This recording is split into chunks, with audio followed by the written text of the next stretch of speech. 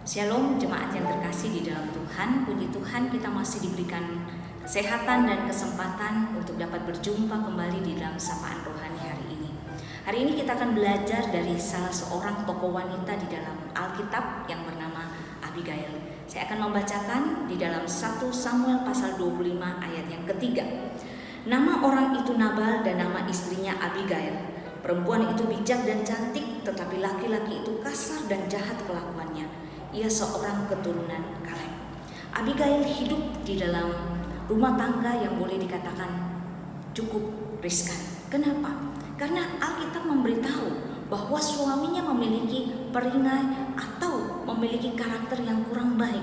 Suatu ketika terjadi peristiwa bahwa Daud marah kepada Nabal.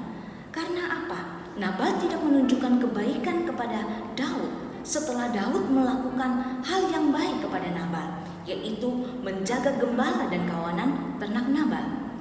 Saudara, Abigail tampil sebagai perempuan yang tanggap di dalam merespon bahaya, dan dia bijak di dalam melangkah demi menyelamatkan suami, para pelayan, dan juga dirinya sendiri.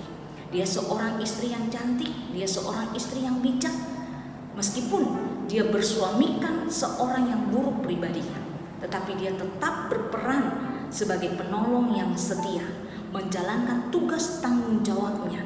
Dia tidak mengeluh dengan kehidupan yang dia jalani. Dia tidak putus asa dengan apa yang dia hadapi. Dan akhirnya dia mendapat hormat dan kasih sayang daripada para pelayan-pelayan suaminya ini. Bagaimana Abigail bertumbuh di dalam pengenalan akan firman Allah dan dia peka akan rancangan Allah bagi bangsanya.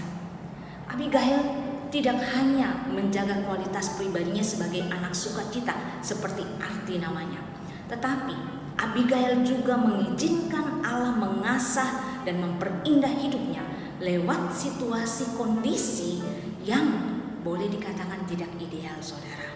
Bapak Ibu yang terkasih di dalam Tuhan, hari-hari ini yang kita jalani, dapat saya katakan kita berada pada kehidupan yang tidak ideal. Terlalu banyak hal-hal yang sulit untuk kita terima. Kita melihat akhirnya yang muncul adalah kekhawatiran, yang muncul adalah ketakutan, yang muncul adalah stres. Akhirnya kita meragukan kebaikan Tuhan, bahkan kita kehilangan damai sejahtera oleh karena situasi kondisi yang ada.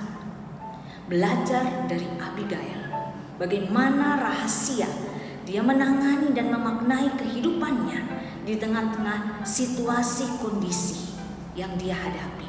Dan dia jalani, dia percaya kepada Allah di dalam segala keadaan. Saudaraku, hari-hari yang kita jalani saat ini jangan sampai membuat kita menjadi fokus pada keadaan yang sulit. Dan kemudian kita mulai meragukan kebaikan Tuhan. Jangan sampai kesulitan membuat kita buta sehingga kita tidak dapat melihat lagi kebaikan Tuhan. Jangan sampai terlalu banyak sungut-sungut yang pada akhirnya membuat kita tidak dapat menikmati berkat-berkat yang Tuhan sediakan buat kita.